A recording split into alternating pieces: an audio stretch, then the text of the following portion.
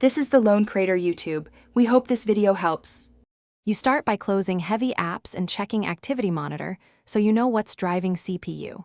Once done, unplug external drives and MagSafe to isolate heat sources, and use a flashlight to inspect vents for dust or blockage. Make sure you place the MacBook on a hard, flat surface to restore airflow immediately. These quick actions reduce load and let you see if temperature drops. If it doesn't, proceed to the next steps to manage background processes and reset system controls. Now you target software causes. Quit or update apps that show high CPU and disable unnecessary browser extensions because they run in background. Once you've reduced load, reset the SMC on Intel Macs by shutting down and holding Shift Control Option plus power for about 10 seconds.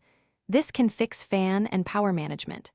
For all Macs, review login items and energy settings to prevent apps from auto-launching. Make sure to monitor temps after each change so you know which step helped most. Finally, you address hardware and deeper fixes. Use short bursts of compressed air to clear vents, keeping the laptop angled so debris exits. If your Mac is older and still runs hot, consider thermal paste replacement or professional cleaning. That restores heat transfer. Make sure to boot in safe mode to test baseline temperatures and run Apple diagnostics if problems persist. If you hit continued overheating, the key troubleshooting tip is to stop using it under heavy load and seek service. Internal fault. Thanks for watching. Consider subscribing if we helped you.